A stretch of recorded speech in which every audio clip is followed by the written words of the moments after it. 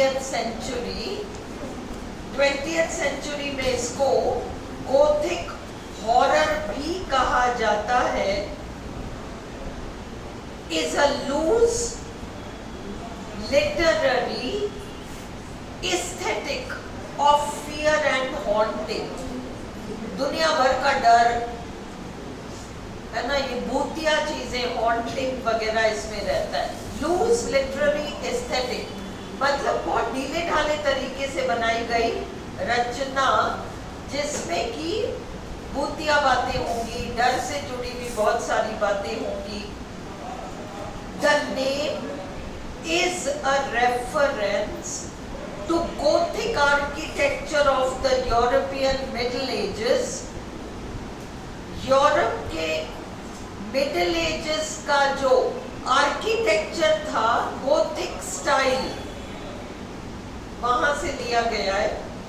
Which was characteristic of the settings of early Gothic novels. हवेलियां वगैरह कैसे बनती हैं हमारे साधारण मकानों की तरह नहीं, उनका आर्किटेक्चर ही अलग होता है ना.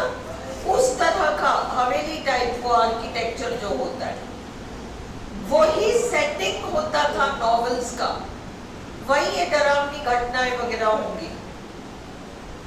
Very important, the first work to call itself Gothic was Horace Walpole's 1764 novel The Castle of Otranto.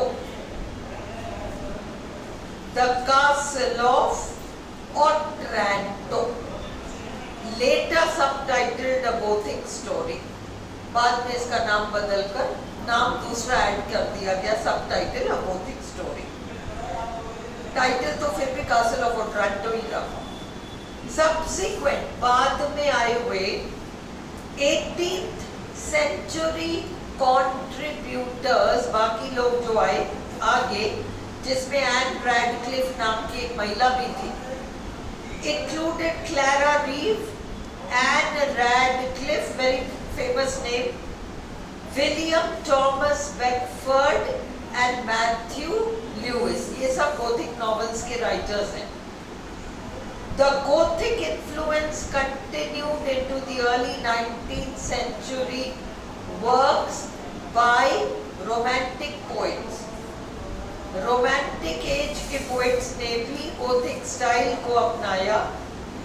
And novelists such as Mary Shelley, Frankenstein नाम का इनका नॉवेल है, Walter Scott and E.T.A. Hoffmann.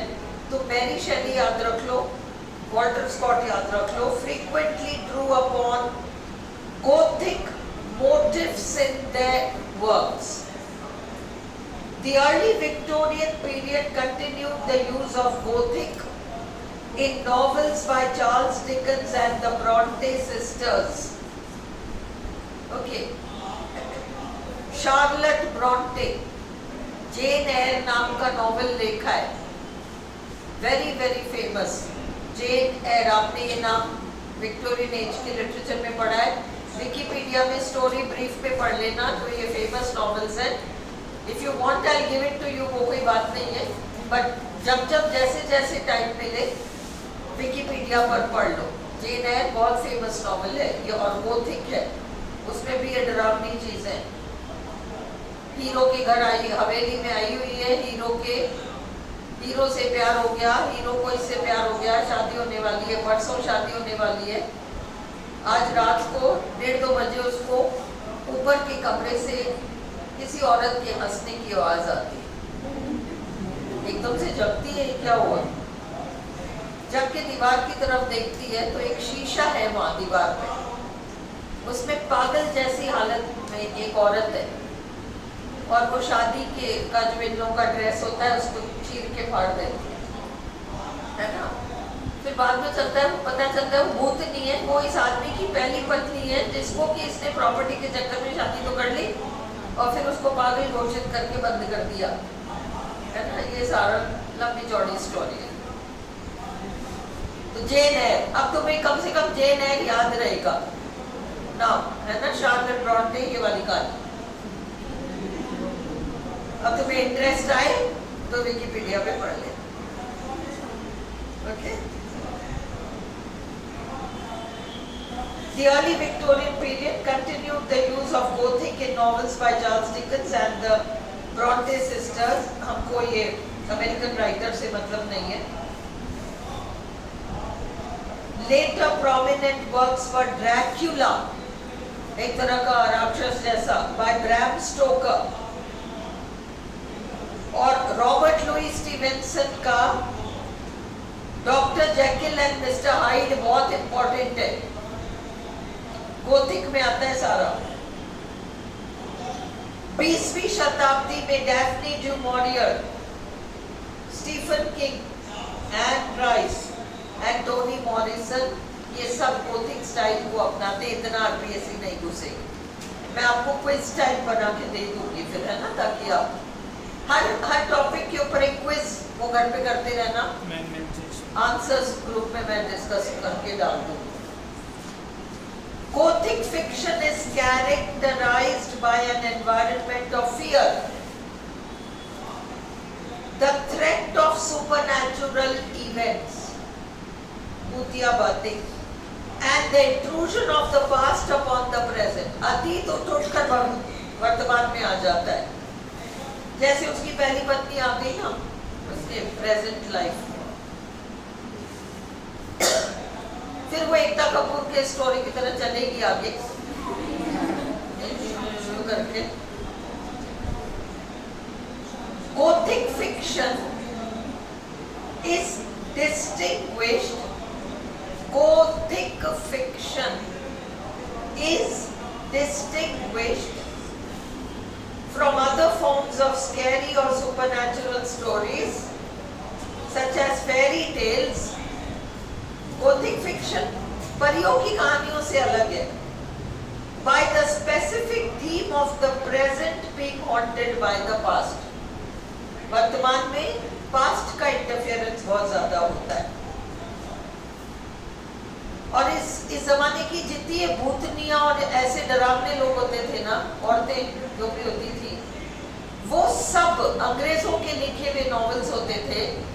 और उन सब में कोई इंडिया की, कोई जमाइका की, वो सारे देश जो वाइट नहीं थे, ब्लैक या ब्राउन थे, जिन पर कि अंग्रेजों ने हुकूमत जमाई.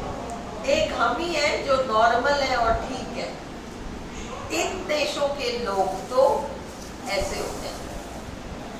तो सारे विलन्स ऐसे होंगे, कोई इंडिया की, कोई जमाइका की, कोई और ये कैरिबियन आइलैंड्स की. तो इनडायरेक्टली उन्होंने ब्रेन वॉश करना शुरू कर दिया अपनी ही जनता को कि ये तो होते ही ऐसे. अंडरस्टूड.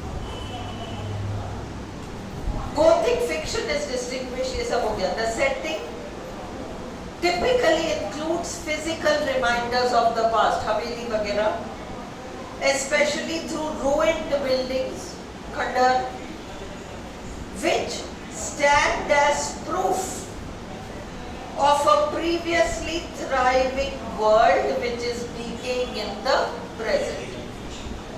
अतीत की वो riches आज देखो कैसे बन गए. वो बिल्डिंग में भी दिखाएंगे, कैरेक्टर्स में भी. भाई ये लड़कियां क्या है, बहुत अमीर, ऐसे कंट्रीज जहाँ सोना चांदी हीरे मोती गोल्ड सब कुछ इतना ज्यादा है, प्रॉपर्टी ढेर सारा है, लड़की के नाम शादी तो कर लो, फिर बाद में जो करना है कर लो, है ना. सो ये सारा कुछ हुआ करता था, especially in the 18th and 19th centuries.